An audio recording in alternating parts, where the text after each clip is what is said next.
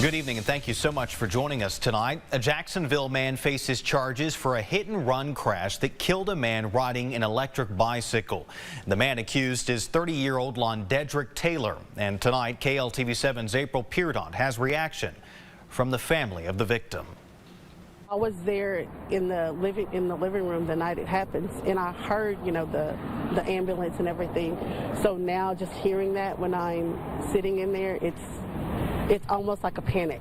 Samantha Love still remembers the night her younger brother, 25-year-old Jaydrian Baker, was struck by a vehicle. He was traveling on Austin Street in Jacksonville on an electric bike on November 27 of last year. The vehicle fled the scene. Jaydrian Baker had been critically injured and was medically flown to UT Tyler. Baker later died from his injuries. Today, his family, including youngest sister, Tatrell Baker, say they're one step closer to receiving justice. It was scary not knowing that if they were ever going to catch the person who did this. According to Jacksonville Police Department's press release, detectives obtained an arrest warrant for 30-year-old Londedrick Jaquel Taylor from Jacksonville in connection with the hit-and-run crash.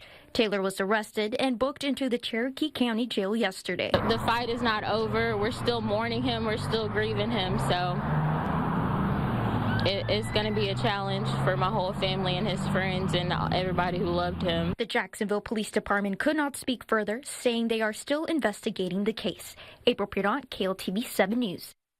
And bond for the suspect was raised from $25,000 to $1 million.